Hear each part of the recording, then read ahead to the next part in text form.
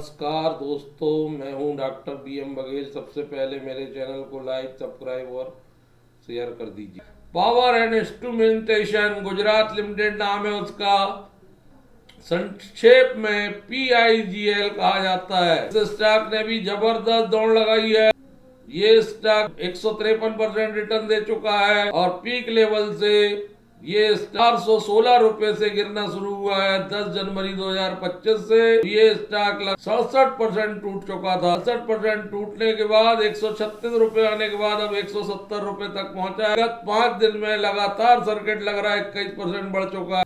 बाकी विगत 6 महीने में लगातार 47-48% टूटा है, लेकिन फिर भी एक साल में अभी बढ़ा था 153% से। 5 साल में 1820% की वृद्धि इस स्टॉक में देखी गई है। बहुत छोटी सी कंपनी है ये। ऑल टाइम हाई इसका 578 है। ये 2018 में 25 रुपए 20 पैसे चला करता था।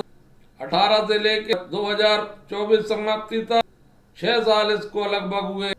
6 साल में ही इसने माला माल कर चुका पावर एंड इंस्ट्रूमेंटेशन गुजरात ने। और Q3 का रिजल्ट बड़ा शानदार था। 37.37 करोड़ की इनकम थी, जो 120% ज्यादा थी। नेट इनकम 3.12 करोड़ थी, जो 277% ज्यादा थी। 1 रुपये 94 पैसे EPS था, जो 196% ज्यादा था। नेट प्रॉफिट मार्जिन 9.35 था, जो 71% ज्यादा था। ऐसा प्रतीत होता है कि अब स्टॉक कमजोरी से उबर रहा है और फिर अपनी जगह में पहुंचेगा, लेकिन उसके लिए देर लगेगी। गिरावट में 20-20 इकट्ठा करना चाहिए। सिप मोड में मात्र 24 के मल्टीपल में PE बचा है और बुक वैल्यू 59 रुपीज की है। 275 करोड़ का मार्केट कैप है।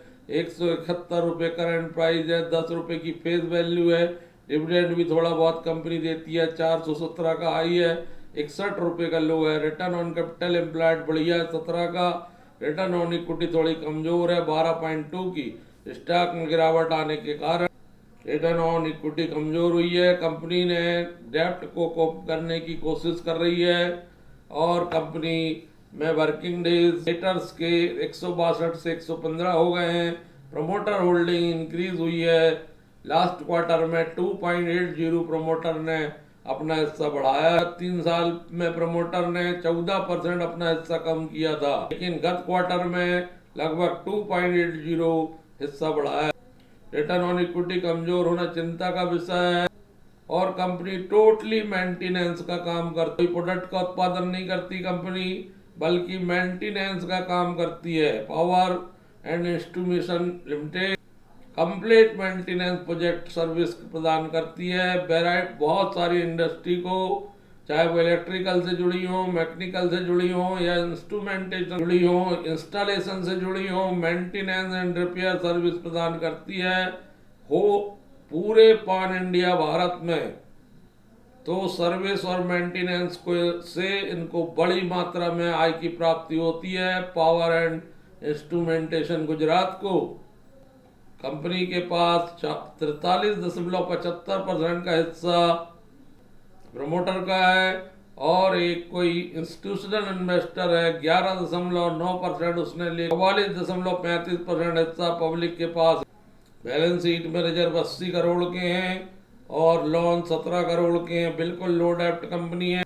बिहार गिरावट में लोअर सर्किट अगर लगता है तो 20-20-20 कर कलेक्ट करना चाहिए। स्टॉक ऑलरेडी 48% नीचे हुए में लॉस लगा के 1% का यदि ट्रेडिंग करनी है तो 1% का स्टॉप लॉस लगाना चाहिए। 2% 3% गेन करने के लिए 2% स्ट्रिक्ट स्टॉप लॉस क्रिएट करना बहुत जरूरी है।